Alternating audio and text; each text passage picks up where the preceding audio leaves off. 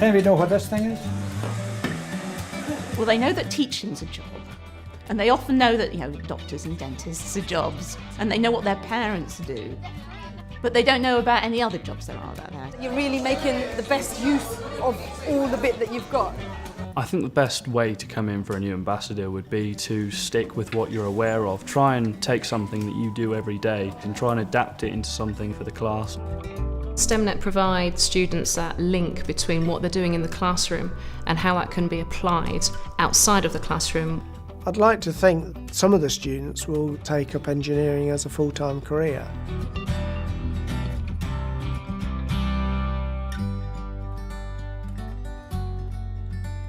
So when it comes to starting off a new idea or maybe being part of an original idea, the first port of call is really the STEMnet contract holder for the area, and she's the person who's really the liaison between the schools, the different heads for the departments and the ambassadors that work in different employment areas.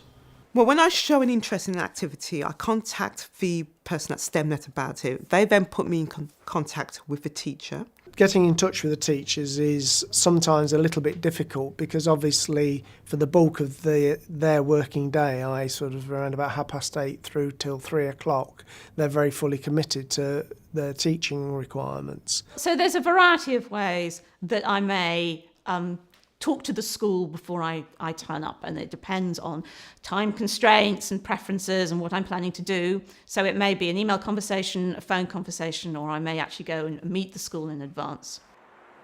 In my pre-meeting, I'd like to establish what age group I'm working with, how many children there'll be in the classroom, what resources would be available to me to undertake a task of any kind, and how many teachers would be available for the lesson as well, so sort of ancillary support I have. Who are you actually going to be talking to on the day? Because if you may be talking to someone different, you may be talking to the person who's in charge of organising STEM events, who may not be the teacher you're going to be actually working with on the day. And you can turn up at the school and say, I'm here to meet Mr. So-and-so, and they'll say, but he's not here today. In this case, with the chocolate, I had to ask if there were any allergy problems. I couldn't have children having nut allergies or milk allergies in the room for obvious reasons. People that maybe needed special needs, so if they needed to be at the front of the class, if they were disabled, anything like that. Also needed to know what kind of equipment would be available to me while I was on site. Ideally, from a teacher's point of view, it would be great if the ambassador could come in maybe the week before, have a chat about what they're going to do, and we could give them any constructive feedback about how we'd want them to change it or appeal to our pupils. That would be perfect. The teacher will inform me of what their expectations are and what the children might be interested in and what they might be expecting. And so between us, we work out an appropriate activity.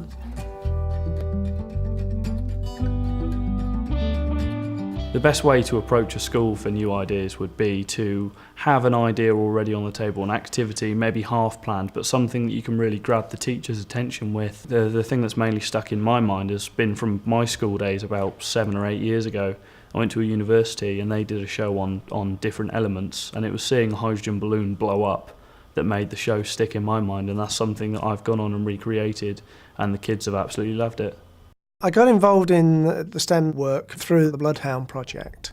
It's a car that's going to do 1,000 miles an hour. Nobody's ever built one before.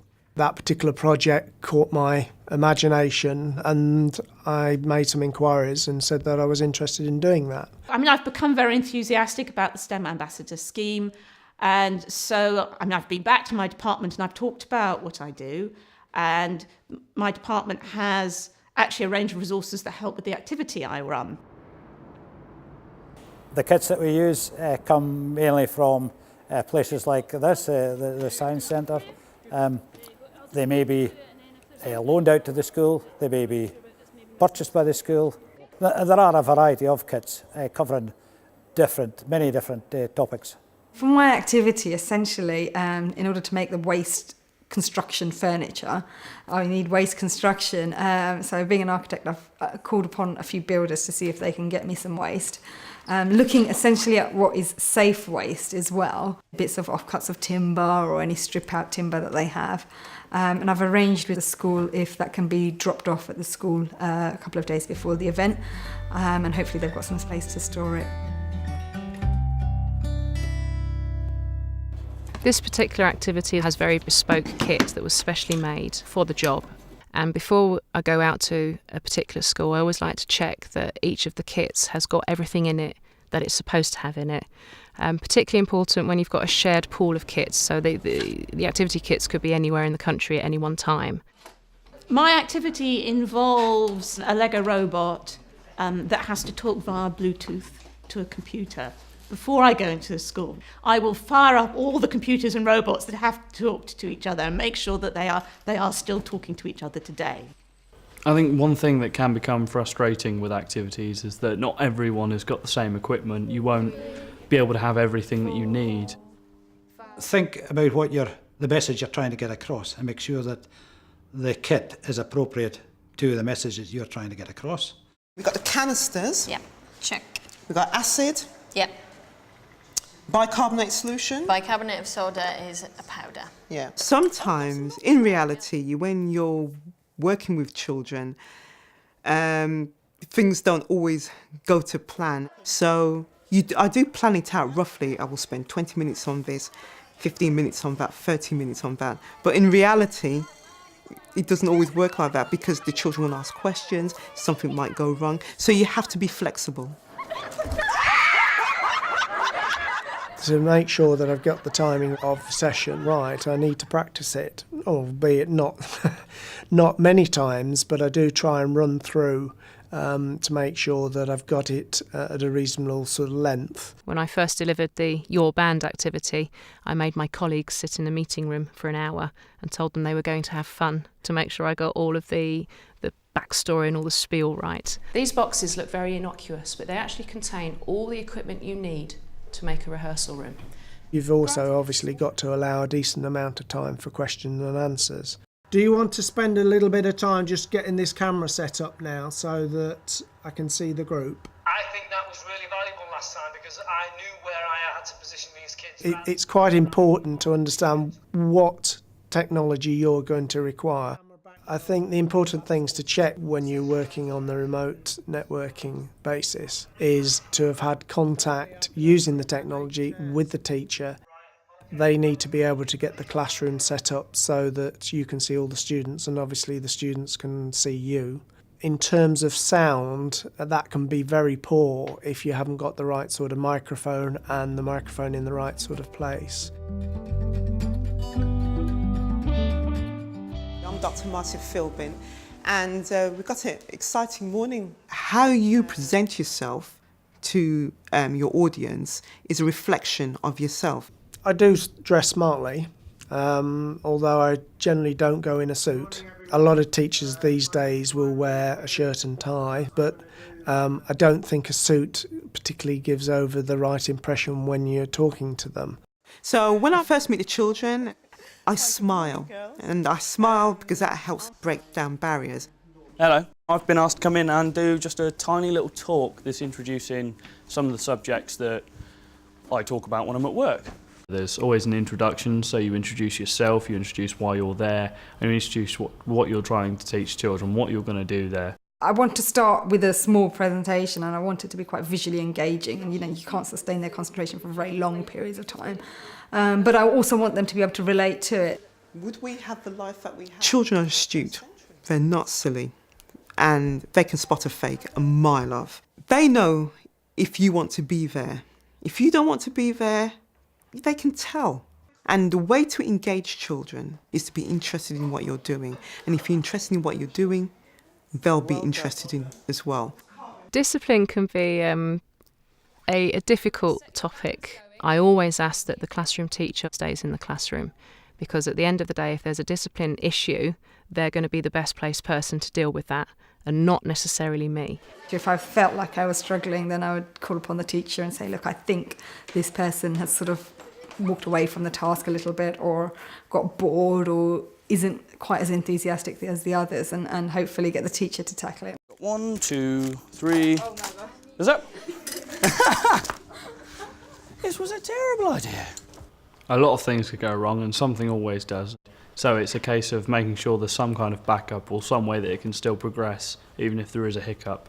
So I always take along everything that I possibly need on my memory stick. I always take along more than I need when it comes to the actual activities, and I always ensure I have a nice ball of twine with me because it always comes in handy.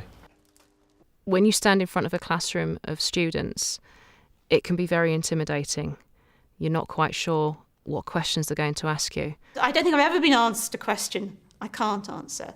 And I'm fairly sure if you just said that's not my area of expertise, but this is what I do know, because I am interested in this stuff, so I know a bit about what's on those things. But actually most of the time you are the expert in the room. It might not feel like it, but you really do know more than the students do. And once you start to believe that, you actually calm down a lot.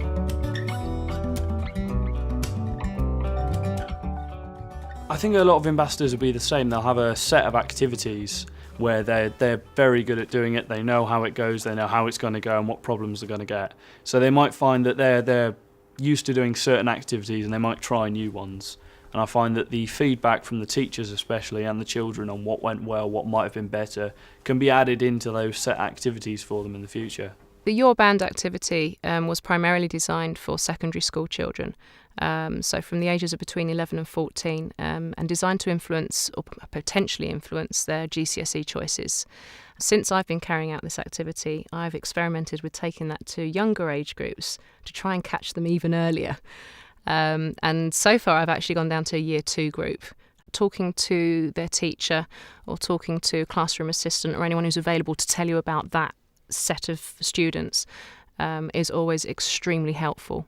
In terms of generating the next idea, I think it will probably depend a lot on what school it is, what age group it is, what I can give to it in terms of time, but a lot of it also what type of lesson it is. I think it's catered for each case.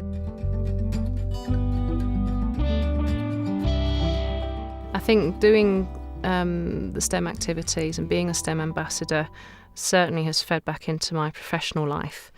As I've found I'm much more confident delivering training courses. I'm much more confident speaking to new customers, speaking to colleagues I've not met before or don't know particularly well. I enjoy doing it because it kind of puts my name out there. Everyone at work who's higher up knows who I am because I'm happy to help volunteer. It's better, I think, to teach the kids about all the jobs that are out there and where they can go. Because when I was growing up, it was all, you have to go to uni, you have to go to uni. I enjoy being a STEMnet ambassador because, one, I'm passionate about science. I think I've always enjoyed science. I think also being a female as well and being black, if I can inspire one person, then I'm happy. For me, I get a great deal of satisfaction. I've got a lot of knowledge and experience, and I really enjoy working with the kids, passing this experience over. I am very impressed with their enthusiasm and their will to get stuck in, and it's just great for me it's great fun. I like being an ambassador because I can give something back to the school system that perhaps the school system doesn't provide or is unable to provide due to its various restrictions.